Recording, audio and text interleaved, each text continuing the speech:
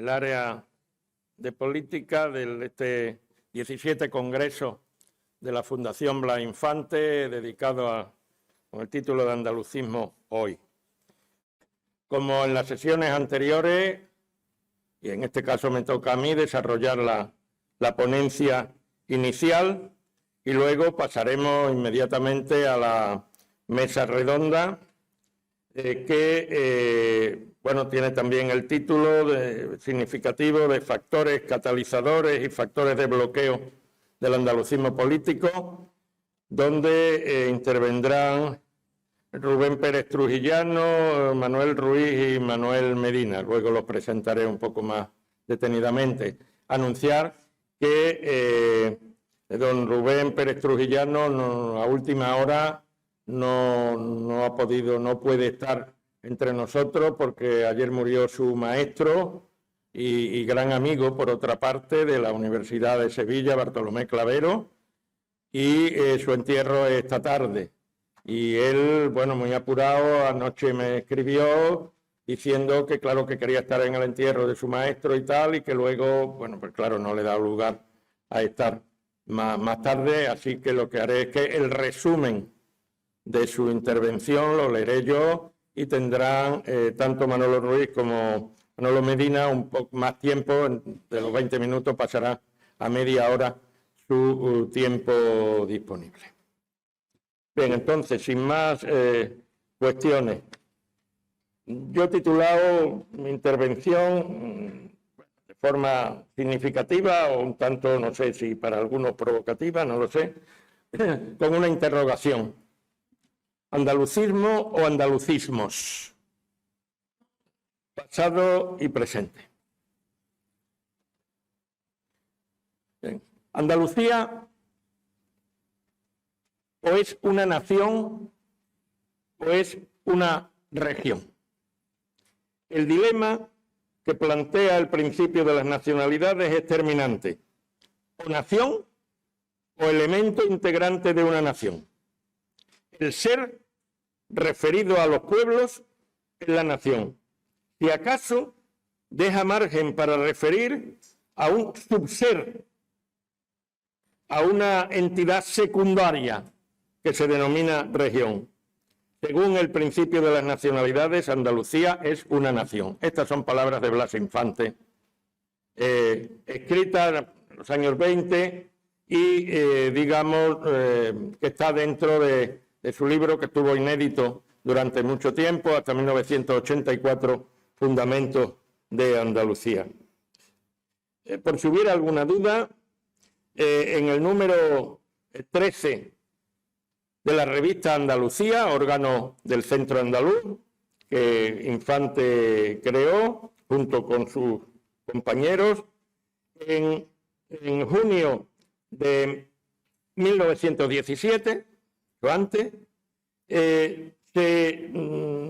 casi se transcribe una conferencia de Blas Infante en que señala las características centrales de lo que él llamó hombres nuevos necesarios para redimir Andalucía. Leo textualmente. Esos hombres nuevos somos nosotros, el Centro Andaluz. ¿Sabéis cuál es su espíritu de vida? El nuevo nacionalismo. Añadiendo, defiendo la libertad de los municipios y de Andalucía. Único modo de conseguir la liberación de la tierra, que es la base central del programa de la redención de Andalucía. Con esto nos ponemos enfrente de los intereses creados por los plutócratas. Un mes después, de ese junio del 17, es la Junta Directiva del Centro Andaluz la que afirma: nosotros declaramos que es incompatible con el mantenimiento, que somos incompatibles con el mantenimiento del actual régimen monárquico y el actual régimen de partidos políticos. Son incompatibles con esto la consecución de las aspiraciones andaluzas. Y dice que además ellos propugnan la república, pero no una república unitaria, porque entonces tendría el mismo parlamentarismo, son palabras suyas, y los mismos vicios constitucionales, sino una república en el ámbito de lo que llamaban federación, realmente confederación, en que además lo señalaba que era la bandera que venían teniendo los andalucistas históricos del siglo XIX, y también enarboló, él nos dice, Epí y Margall. No queremos crear un partido dirigente, también escribió, sino un pueblo director capacitado para ejercer por sí mismo la democracia y para ostentar con honor la libertad soberana. Nuestra organización, la del Centro Andaluz y sus secciones locales, es contrapuesta, insiste, a la actual organización de los partidos caciquiles organizados en jefaturas y clientelas. En nuestra organización, el Centro Andaluz, está compuesta de hombres libres por encima de la disciplina de los partidos, para solidarizar esfuerzos con el objetivo de redimir Andalucía. Para ello era preciso crear una conciencia andaluza, dar a conocer el brillante pasado para contrastarlo con el dramático presente, creando la conciencia de la unidad de Andalucía y capacitando al pueblo andaluz para regirse a sí mismo. Estas son frases que pueden leerse en el manifiesto fundacional del Centro Andaluz en el año 16. Nosotros defendemos el reconocimiento de la personalidad y la libertad consiguiente de todos los pueblos o colectividades fundados por la necesidad, la libertad o la historia que aspiren a regirse por sí. Eso está en un libro de Blas Infante que yo diría que no es de los más leídos. Afortunadamente se reeditó hace 2 años, yo escribí el prólogo de la reedición, La Sociedad de las Naciones, que está publicado en 1918. La libre voluntad de las poblaciones, dice, ante una común necesidad, sería suficiente. Es decir, que la historia, la cultura son fundamentales, pero a esto le añade Infante la común necesidad para organizarse y resolver los problemas. Subrayo esto porque luego se inventó, sobre todo en los años 90 y la década del 2000, etcétera, una teoría en que supuestamente el andalucismo de Infante era étnico y no civil. Bueno, aparte de que ninguno de esta gente del régimen pesoísta, por lo visto, pasó por las clases de antropología ni de sociología y no tienen ni idea de qué es lo étnico, que equivale a identidad cultural, claro, nada de razas y cosas raras de esas. Aparte de eso, pues no es cierto, porque desde un principio Blas Infante fundamentaba los derechos de Andalucía y del pueblo andaluz, tanto en su historia específica como en su cultura propia, como también en la voluntad de resolver conjuntamente los problemas, las necesidades, o como él también le llamó en alguna de sus obras, los dolores de Andalucía, es decir, con una fundamentación doble, una fundamentación, digamos, histórico-cultural y una fundamentación también cívica.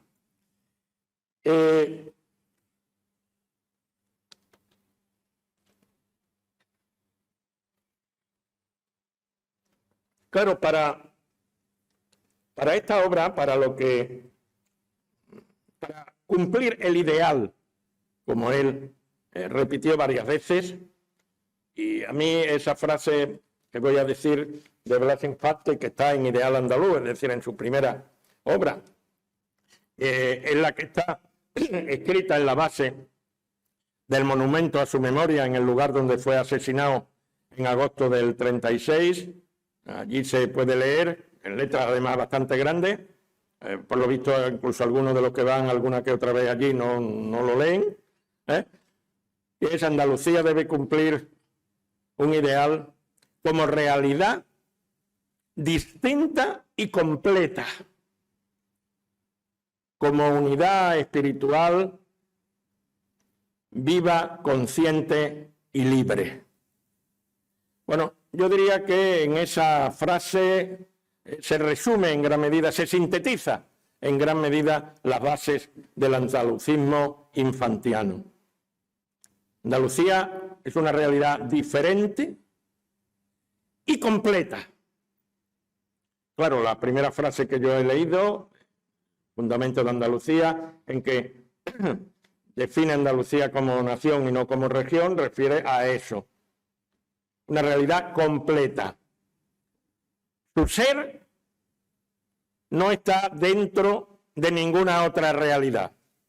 Yo diría su estar, evidentemente sí. La historia dice que en determinadas épocas, hace siglos, pues Andalucía tenía sus propias instituciones y no tiene instituciones permanentes propias hasta después del 4 de diciembre y del 28 de febrero.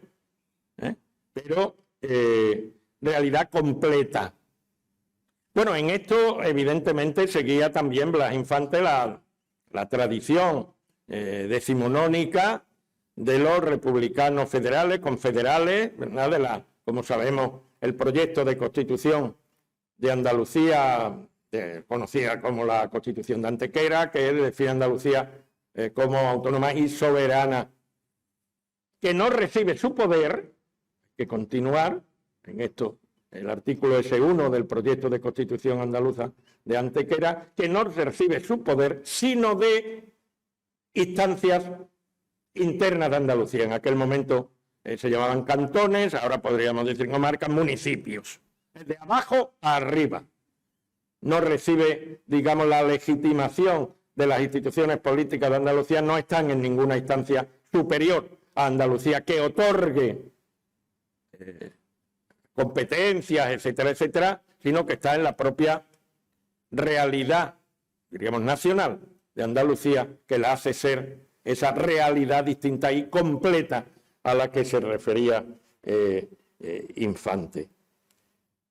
Claro, también Infante planteaba que a esa empresa invocaba, dice, vamos a leer sus palabras en este caso del Manifiesto de Córdoba del 1 de enero del 19, que dice ahí: invocamos a todas las clases, ojo, a todas las clases, principalmente a las obreras, a todas menos a una pseudo-intelectualidad andaluza y española de espíritu castrao y de alma cobarde, que abdicó el rango de clase dirigente y solo sirve para entorpecer la ideación generosa y la valiente acción. Junto a esa excepción de lo que él llama pseudo-intelectualidad andaluza, en palabras más entre nosotros podríamos decir pues, sucursales de pensadores de otra parte o manijeros, ¿verdad?, de sus propios dueños, también exceptuaba Infante, evidentemente, los propietarios que lo sean desde la conquista o desde la desamortización. Al resto de las clases andaluzas, comenzando, como él dice, a las obreras.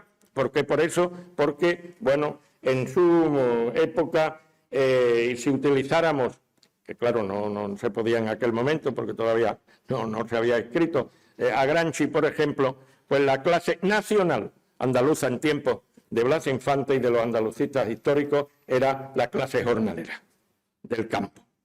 Claro, ese sería uno de los temas a echar a la mesa.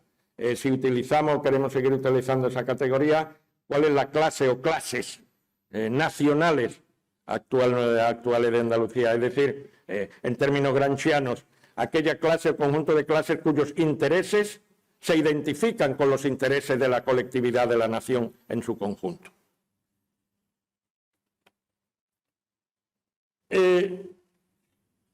Bueno, yo creía que había que reafirmar estas cuestiones, recordar, refrescar estas cosas como punto de partida a lo que yo voy a desarrollar en los minutos siguientes. Y yo creo que es interesante constatar cómo una de las constantes del escenario político y también electoral andaluz desde la transición hasta hoy ha sido el empeño de diversas organizaciones y partidos estatales en presentarse como andalucistas. Hasta hace poco tiempo esto ocurría en las organizaciones de izquierda o que se autodenominan tales. Pero ahora también es cierto para los que se presentaban como de derecha o, como ellos dicen, de centro-derecha. Durante casi 4 décadas, el PSOE se declaró el gran partido de los andaluces. Incluso en los últimos años, un lema de ellos fueron somos socialistas, somos andalucistas. Y bueno, ese partido enseñó la Arbonaida tantas veces como lo creyó conveniente, a pesar de que su política no fue precisamente andalucista, ni siquiera cumplidora del Estatuto de Autonomía, y a pesar de que, por ejemplo, se burló de Andalucía repetidas veces haciendo coincidir las elecciones autonómicas con otras elecciones europeas, generales, municipales, etcétera, etcétera. Pero utilizó constantemente, sobre todo en épocas electorales y preelectorales, símbolos andaluces. La mayoría de las otras organizaciones de izquierda habían agregado una a sus siglas ya a finales de los años 70 o principios de los 80.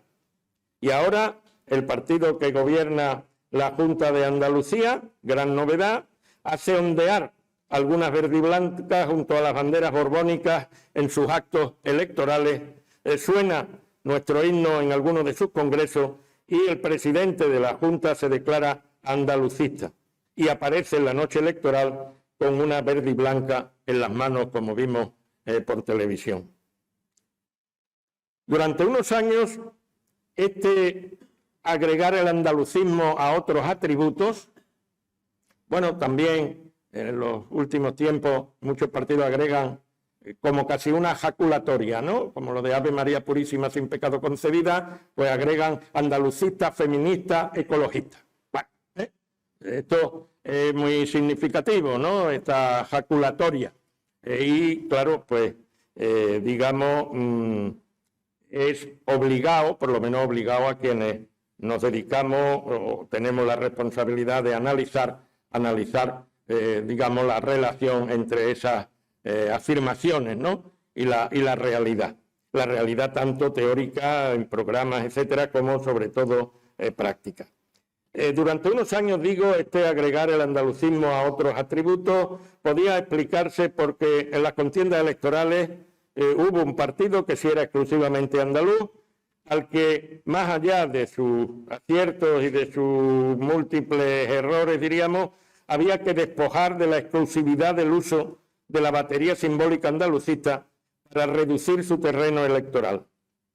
Pero una vez que ese partido, el PA, en su comienzo PSA, se convirtió en irrelevante y luego desapareció, ¿cómo se explica que los llamados grandes partidos persistan o incluso se sumen a declaraciones de andalucismo?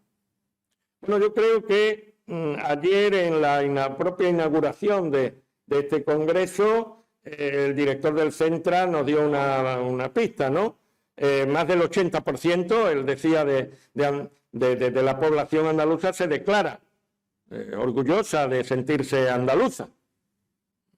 Claro, si sentirse andaluza, el siguiente paso es tener la conciencia andaluza, etcétera, bueno, pues ahí, digamos, ese es un campo que eso que se suele llamar, digamos, en un anglicismo, los think tanks, es decir, las fábricas de ideas de los grandes partidos, los expertos pagados por los grandes partidos para que piensen, ya que los políticos de oficio, que decía Blas Infante, piensan poco y escriben menos.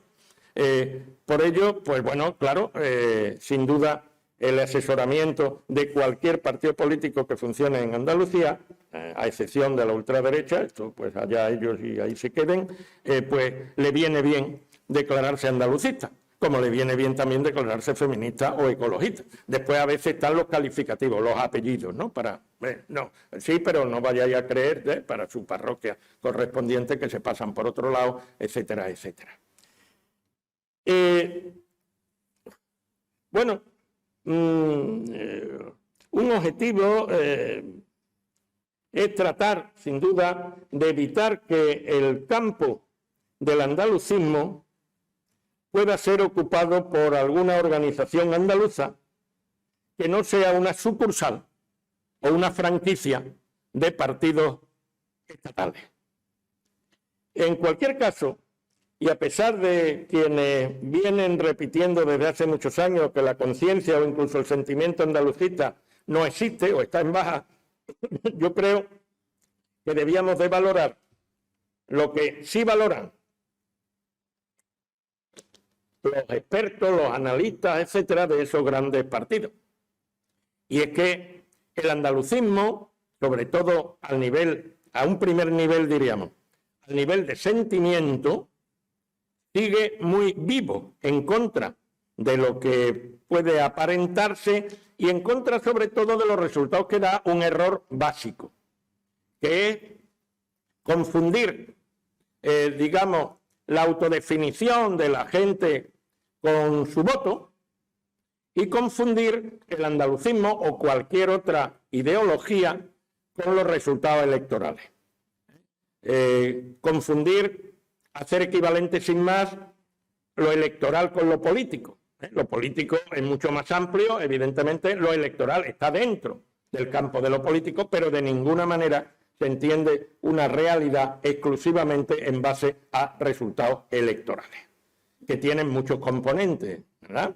Digamos el supermercado de votos, que son los colegios electorales en el día de las elecciones, el hecho de que la gente elija una papeleta o otra tal, tiene muchos condicionantes, ¿no? Empezando por la publicidad, como en todos los supermercados, ¿no? Cuáles son las marcas que más suenan, etcétera, etcétera, y muchas otras cosas. Entonces, no confundamos una cuestión con la otra. Esta generalización del uso de los símbolos, de Blas Infante también, entre ellos, supone, y creo que hay que ser consciente de ello, por una parte, si quieren ustedes, pues algo positivo. No somos bichos raros los que nos definimos y nos definíamos siempre como andalucistas, ya, esto es general, bueno, pero claro, tiene también un riesgo importante, que es el riesgo de banalización, de que estos símbolos se banalicen descargándolos de sus significados y, bueno, pues haciendo que, digamos, pierdan potencialidad. La potencialidad, evidentemente, del andalucismo blasinfantiano, pues yo creo que algunas de las frases que yo antes he recordado, pues expresan perfectamente y suficientemente cuál es esa carga transformadora, incluso revolucionaria, si quieren algunos. En cualquier caso, es evidente que existe hoy no poca confusión en qué sea el andalucismo, qué sea ser andalucista, etcétera. Confusión que conviene cooperar en la medida cada quien de sus posibilidades, conviene, digamos, tratar de despejar.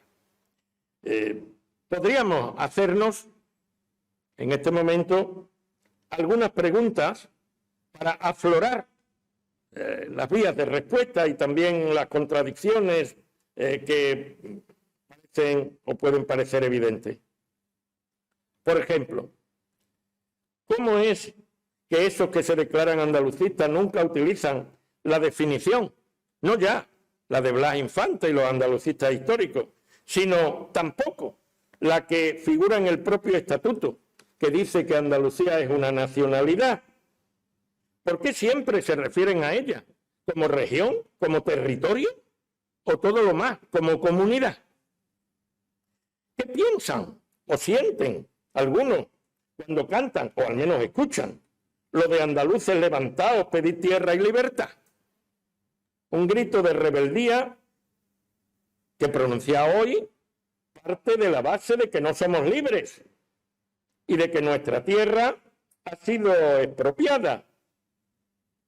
Este uso banal de los símbolos, otro ejemplo de vampirización para desnaturalizar los referentes identitarios, al igual que ocurre con muchos elementos y expresiones de la cultura andaluza. ¿En qué consiste el andalucismo? ¿Cómo podría compararse? ¿Qué equivalencias caben o no caben? Por ejemplo, con el catalanismo, el galleguismo o el españolismo. Bueno, desde luego habría que hacer una distinción entre sentimiento andalucista muy extendido, incluso por encima de las ideologías, excepto para los ultra españolistas, y ese sentimiento, ese que existe, sentimiento andaluz, bien, en ese 80 y mucho % de nuestra población. Claro, andalucismo es un concepto que refiere a nuestra identidad colectiva. No se es andalucista simplemente porque nos gusta el gazpacho o la gamba de Huelva, o los espetos malagueños, o el aceite de Jaén, o seamos incondicionales de Paco de Lucía o participantes en alguna de nuestras romerías, ferias o Semanas Santas. Es andalucista quien reconoce la existencia de una identidad histórica y una identidad cultural que han modelado un pueblo, el andaluz, y que esto es base de derechos políticos. El andalucismo afirma la existencia de este pueblo, resultado del proceso histórico, y reafirma la existencia de una cultura propia y diferenciada que lo caracteriza y distingue.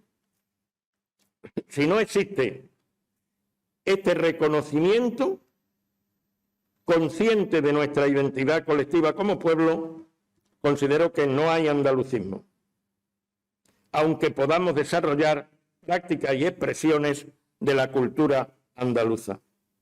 Esto último, el desarrollar formas, modos de actuación, de relaciones sociales, de aficiones que sí forman parte de la cultura andaluza, ocurre porque, como afirmara Antonio Gala, a quien hay que reivindicar como uno de los andalucistas más importantes de finales del siglo XX,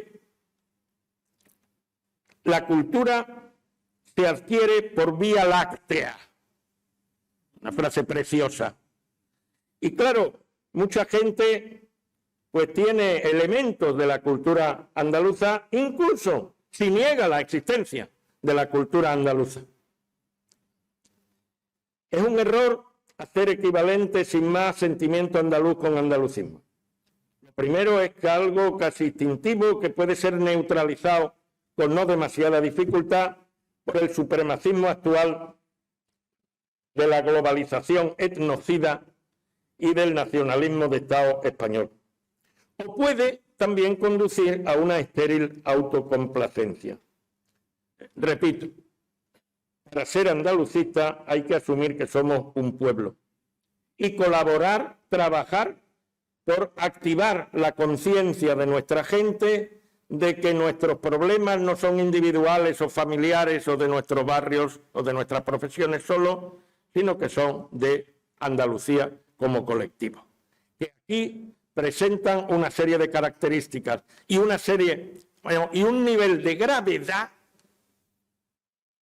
precisamente porque somos un pueblo al que se le adjudicó, al que se le condenó desde hace siglos y sobre todo desde la segunda mitad del siglo XIX, cuando cristaliza definitivamente el modelo de capitalismo en el Estado español, se le condenó a la dependencia económica, a la subordinación política y a la alienación cultural.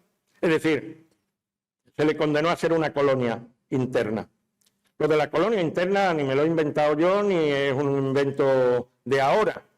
Ya incluso en los años, poco tiempo, pero antes de la salida a la escena pública de Blas Infante, ya hubo andalucistas que luego estuvieron con Blas Infante, etcétera, que llegaron a escribir que Andalucía era la Irlanda del Sur, en el sentido de Irlanda como colonia de Inglaterra dentro de la Gran Bretaña. Todavía en aquella época no se había independizado parte de la isla.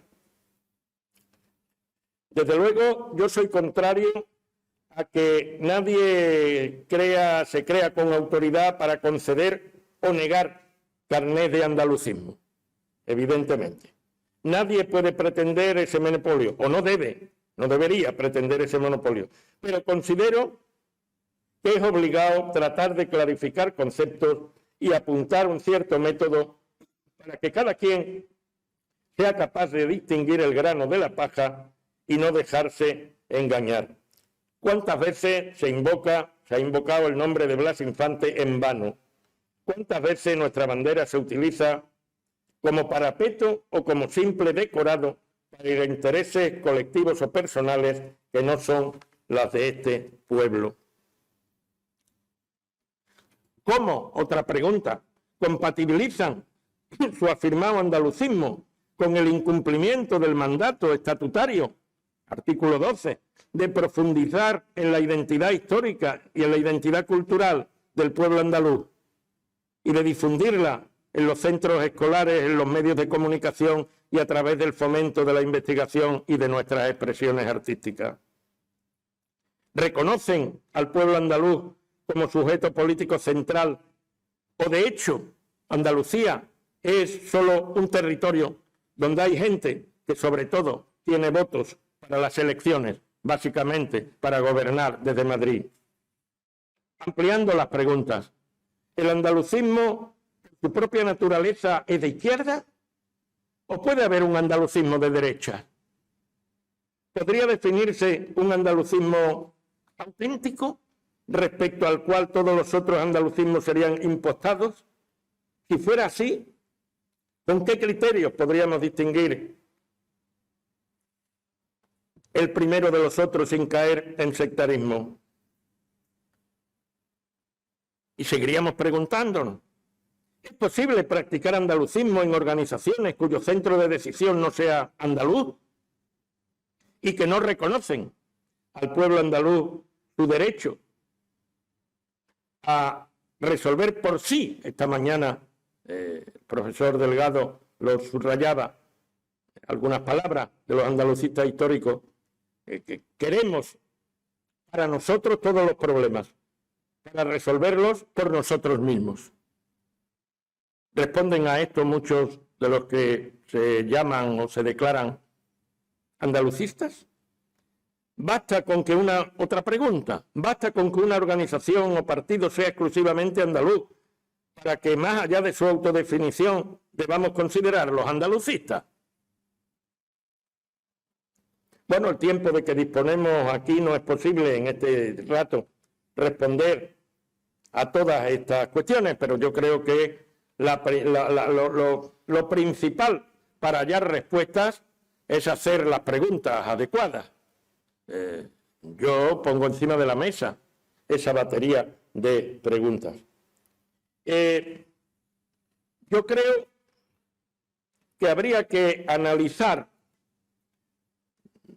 los últimos 50 años, desde finales de los años 60, principios de los 70 hasta hoy, todas aquellas organizaciones, sean político-electorales o sean de otro tipo, sean culturales, sindicales, de derechos humanos o plataformas políticas de la sociedad civil, analizar en cada una de ellas tres cuestiones fundamentales. Bueno, el método para analizar las cuestiones fundamentales para responder a esta pregunta, yo creo que está en hacer tres cosas relacionadas. Una, analizar lo que dicen o han dicho. Ahí están sus papeles, documentos, programas, definiciones, etc. Esto no basta, ni mucho menos. Esto es preciso, pero no basta. ¿Qué dicen? En segundo lugar, ¿qué hacen o han hecho? ¿Cuáles han sido? Son sus políticas prácticas. Y hasta una tercera. ¿Qué dicen? ¿Qué hacen? Estos tres niveles entiendo que son niveles de análisis fundamentales y que no podemos dejar al lado ninguno de esos tres, porque si no las conclusiones no serían las adecuadas. El andalucismo, entendido como el andalucismo infantiano, como herencia, adaptación a nuevos problemas, pero en una situación en que se mantiene la situación estructural de Andalucía, de colonia interna. Yo creo que la situación es más grave todavía que en tiempos de Blas Infante, porque se han agregado problemas, el de la globalización neoliberal, no digamos ahora el del cambio climático, que puede desertizar a gran parte de Andalucía si no se toman medidas. Hay nuevos problemas, pero Andalucía lo sufre, diríamos, en la misma situación estructural que estaba hace 100 años. De ahí que algunos no aceptemos que el andalucismo se diga el clásico, o no sé si se atreven algunos a decir el prehistórico. ¿Por qué? Porque sigue vigente. Sigue vigente porque la situación estructural de Andalucía sigue siendo fundamentalmente la misma que era. El andalucismo infantiano, entiendo que en la confluencia, porque, a ver, yo creo que una de las cuestiones más importantes de Blas Infante fue que logró hacer confluir en sus planteamientos teóricos y también en su actividad de difundidor del andalucismo, de activista, etcétera, etcétera, de conferenciante y demás, los tres niveles que hasta entonces, hasta su momento, hasta que él apareció, estaban separados. Por una parte, existió ya en el siglo XIX, yo tengo algún artículo de los años 70 sobre eso, diríamos, andalucismo resultado del interés por el estudio de la especificidad cultural andaluza. Yo aquello le llamé en aquellos tiempos, en los años 70, y los capítulos que tengo en la historia de Andalucía de Domínguez Ortiz y todo aquello, el primer descubrimiento consciente de la identidad cultural andaluza. A esto se le puede llamar, con toda, yo creo, razón, andalucistas culturales. Hubo otro andalucismo, que era el andalucismo de las luchas sociales, ojo, que esto muchas veces se deja a un lado.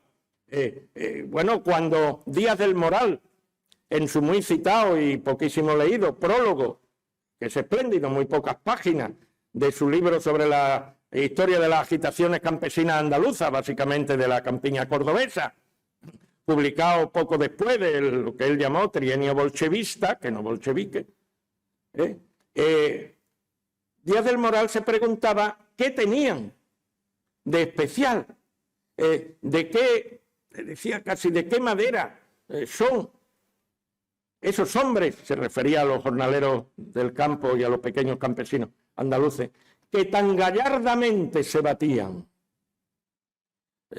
Claro, no era simplemente que estaban explotados y en una situación tal cual, eso también le pasaba a los trabajadores del campo de Salamanca, donde no se dieron esos movimientos ni esos valores que esta mañana, parece que Óscar García Jurado se refería a ello y se rescataba con eso de el cumplir el reparto y la unión. Bueno, ese andalucismo social,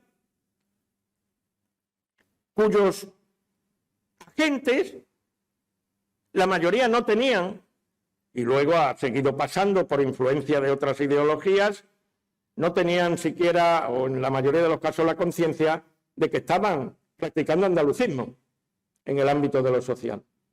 Y también hubo, antes de Blas Infante, claro, un andalucismo político, desde lo que se recordaba también ayer de Andalucía sin instituciones, pero existiendo, la quimera de la Andalucía de los cuatro reinos, ¿no?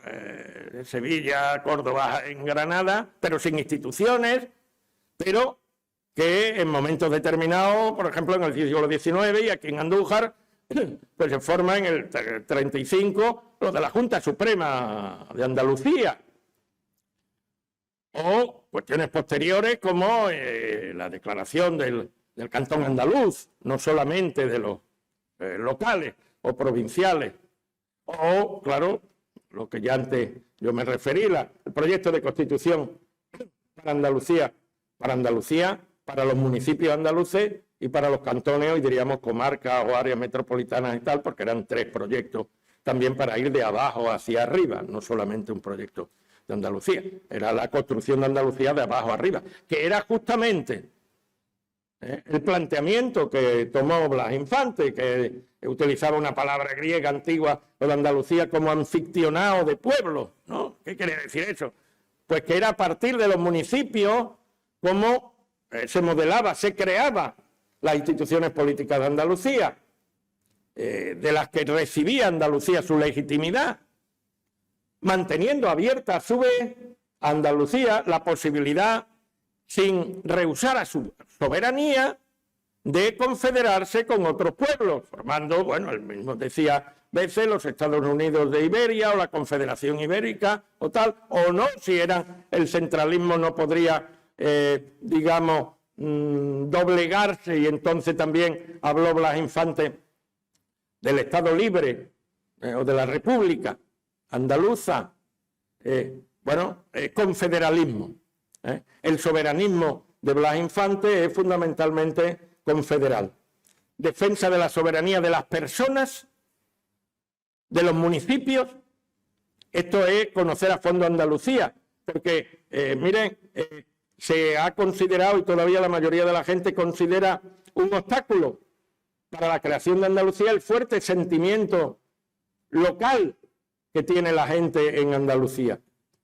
Bueno, esto es así porque hay una mirada centralista desde arriba, y eso es un obstáculo. Mejor que sea el pulpo, ¿verdad?, de la administración y de la burocracia central el que llegue a los pueblos, etcétera, y no tengan... No, esto tiene unas potencialidades tremendas y está en la tradición del andalucismo político del siglo XIX, con el que conectó y, digamos, defendió y desarrolló el propio Blas Infante en cuanto a la forma de construir Andalucía, que, por cierto, era la inversa de cómo se ha hecho la construcción de Andalucía como comunidad autónoma, exactamente a la inversa. Entonces, la confluencia, Blas Infante, como digo, tuvo el papel fundamental, central, clave, de hacer confluir en un pensamiento, en unos planteamientos, en unas reivindicaciones y en un modo de actuar políticamente esos 3 niveles. El nivel, digamos, cultural, el nivel social y el nivel más directamente político. Esto más allá de, digamos, su planteamiento que hacía, que era contrario a, por lo menos en su momento, formación de partidos políticos. Él planteaba continuamente la necesidad de hacer pedagogía, claro, de mostrar al pueblo andaluz con un grado bajo de conciencia de pueblo, pues que sí era un pueblo. Bueno, esto es una asignatura pendiente, ¿no? Después de la aceleración histórica de los años finales de los 70 y muy principios de los 80, la desaceleración posterior, motivada, entre otras cosas, por la estrategia anestesista, ¿verdad?, de quienes han gobernado la Junta de Andalucía durante 37 años, pues evidentemente pues, el nivel de conciencia de los andaluces como pueblo está evidentemente en un déficit, ¿no? Hasta tal punto que algunos pueden considerar que Andalucía es una nación con un grave déficit de conciencia de pueblo. Bueno, esta es una asignatura pendiente, pero ahí la labor pedagógica es absolutamente central. Bueno, podríamos decir muchas cosas, pero el reloj va avanzando. Y en la última parte de mi intervención sí quiero referirme a por lo menos entrar en alguna de las preguntas que yo antes hacía, ¿no? Digo que deberíamos, antes ya lo he señalado, analizar las varias organizaciones, no solo, insisto, político-electorales, sino organizaciones que se han desarrollado desde el tardofranquismo, finales de los 60 hasta hoy, y que de una u otra manera se han reclamado como andalucistas. Analizar también los intereses que están detrás de estos andalucismos, reales o supuestos, que han afirmado o afirman tener como una de sus características, ya digo, actualmente, menos el partido de la extrema derecha, de hecho, todos los demás partidos, aunque sean delegaciones, franquicias de partidos estatales. Y quiero referirme, porque me parece un caso especialmente interesante, el caso de los intentos de los años de la transición de crear un partido andalucista, incluso nacionalista, conservador. Ahí la figura de Manuel Clavero es central. Yo aconsejaría, sobre todo para quienes nombran a Manuel Clavero ahora bastante, ya una vez que además ha muerto, él no puede decir ni a favor ni en contra, claro, estar de acuerdo o no, que se leyeran un libro muy importante. Yo en estos días, estas semanas anteriores, me lo he refrescado, que publicó a finales del 83, bueno, muy a principios del 84, escrito en el 83, o sea, en una fecha muy poco posterior a los hechos en que él sí tuvo un protagonismo central en toda la cuestión de la autonomía andaluza, etcétera. Un libro titulado El ser andaluz. Bueno, claro, hablar del ser es muy arriesgado, ¿verdad? Pero entonces, por ejemplo, en el prólogo de él mismo, en la introducción que hace Manuel Clavero de ese libro, dice, por ejemplo, frases tales como, bueno, yo les he dicho para no jugar con ustedes a acertijo, me he podido callar quién escribe lo que voy a decir para decir, a ver quién ha escrito esto. Y muy posiblemente, pues no a mucha gente, diría Manuel Clavero Arévalo. Bueno, pues una de sus frases es la siguiente: el nacionalismo andaluz tiene que ser enormemente radical en sus justas reivindicaciones ante un sistema centralista que tan injustamente ha tratado históricamente a Andalucía. Otra frase: Andalucía es un fenómeno único en España, en Europa y en el mundo. Tiene una singularidad excepcional, el resultado de la convergencia evolutiva de pueblos y culturas, de la interpenetración sucesiva y recíproca de lo autóctono y de lo externo que llega a Andalucía. Es un pueblo singular en lo cultural con una proyección universalista. Y dice más, dice, quizás entre otras razones, Andalucía está como está por no haber sido arisca, más que en ocasiones puntuales y no permanentemente. Esto me recuerda muchísimo la canción aquella de Carlos Cano, cuando dice, si en vez de ser pajaritos fuéramos tigres bengala, a ver quién sería el guapito de meternos en una jaula. Claro, no hemos sido suficientemente, no hemos dado suficientemente dolores de cabeza y así estamos.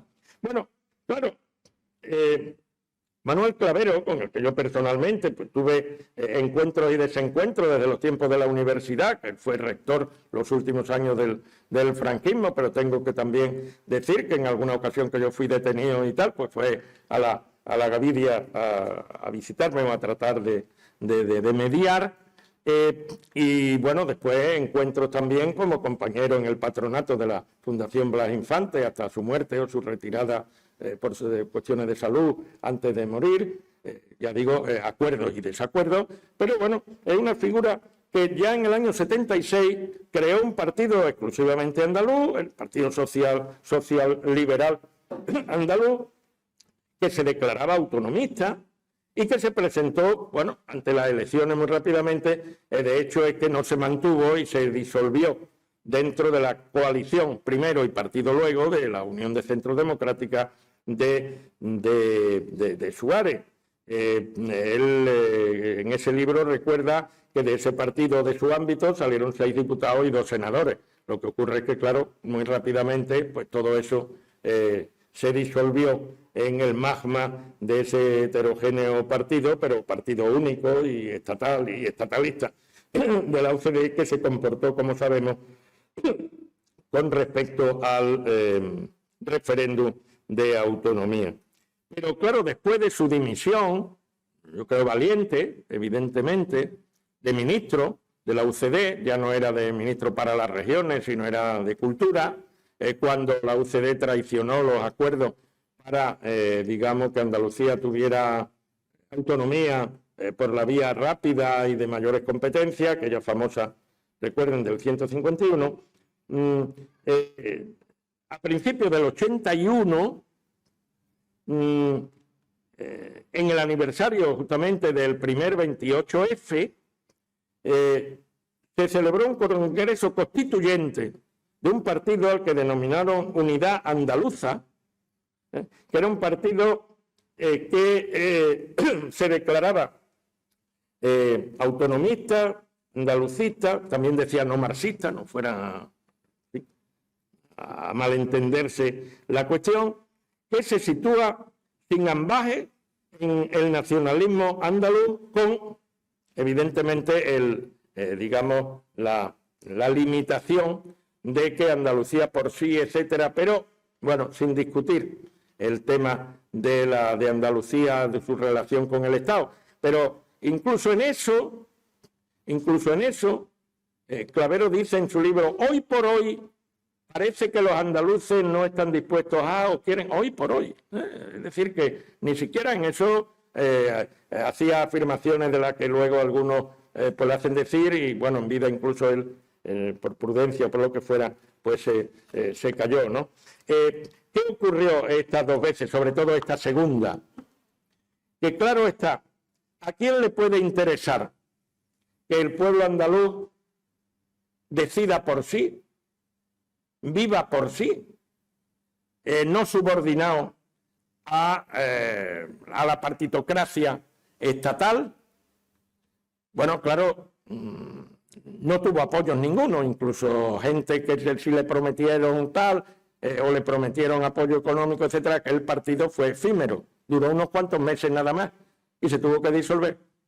Esto es muy, muy interesante porque, claro está, esto muestra que en el ámbito de la soberanía, tanto del nacionalismo, en teoría caben diversas ideologías, evidentemente. Bueno, y en los casos, por ejemplo, de Cataluña o del País Vasco y de otros países y de otras naciones con Estado o sin Estado, esto es así. Pero, claro, en Andalucía, y no solo en Galicia, por ejemplo, esto no se ha dado de hecho, aunque ha habido algunos intentos.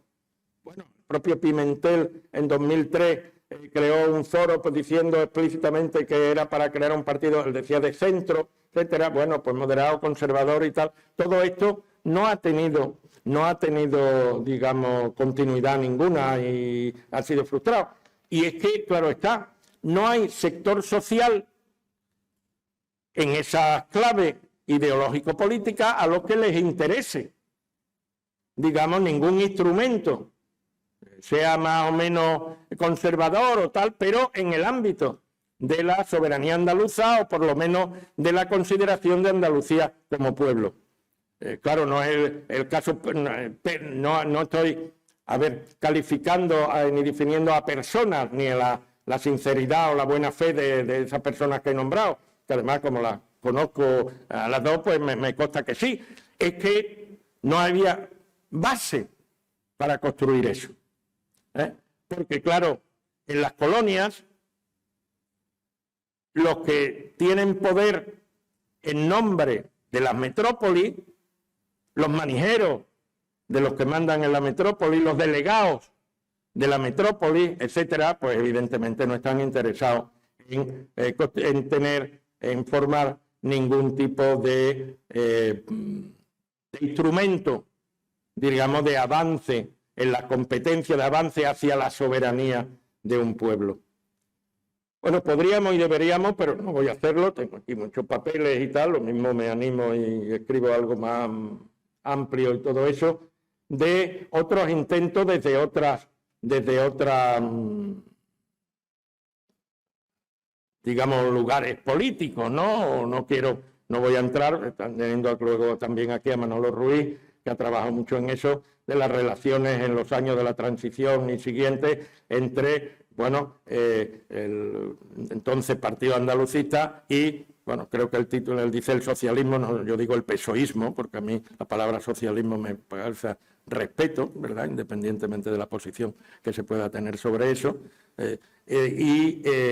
Bueno, evidentemente también habría que seguir haciendo y hacer un análisis, una vez que desapareció en el 2015, un análisis serio sobre ese partido, sobre el PSAP, ¿verdad? Jerez Mir en el 83-84 tiene un artículo largo de análisis ya, pero claro, estaba muy encima todavía de determinadas cosas, y yo creo que eso es imprescindible, ¿verdad? Y que hay que hacerlo no solamente leyendo lo que dicen en los papeles o en las revistas o en lo que sea, sino también la práctica política y en tercer lugar eso de lo que dicen sobre lo que hacen, ¿no? O lo que dicen que hacen y todo eso. También habría que analizar, sin duda, los intentos de constituir partidos exclusivamente andaluz de gente proveniente de la, digamos, izquierda radical. Bueno, de la izquierda en el ámbito del Partido Comunista y todas sus caras y siglas, etcétera, etcétera, no digo nada porque creo que no han habido nada serio en eso, salvo quizá un momento inicial, pero muy inicial, y luego no, de aquella convocatoria por Andalucía, que mucha gente o alguna gente se lo creyó, otros no nos creímos nada, evidentemente, que bueno, fue luego subsumido por las instancias, claro, de la central, no de la sucursal. Claro, una sucursal no puede, digamos, imponerse o cambiar al conjunto de la empresa. En el caso político, pues tampoco. Y habría también que analizar, digamos, el surgimiento diverso, en varios momentos, de plataformas cívicas, en principio no electorales, pero sí políticas, o desarrollando un andalucismo cultural, pero también político, necesario, y que, bueno, cuáles han sido sus limitaciones y cuáles han sido o son actualmente sus potencialidades. Lo dejo aquí porque no quiero abusar del tiempo ni pasarme del que la organización del Congreso ha adjudicado a las ponencias, y entonces lo que sí pido es que tanto Manuel Romero como Manuel Medina pues pasen a la mesa para empezar la mesa redonda. Muchas gracias.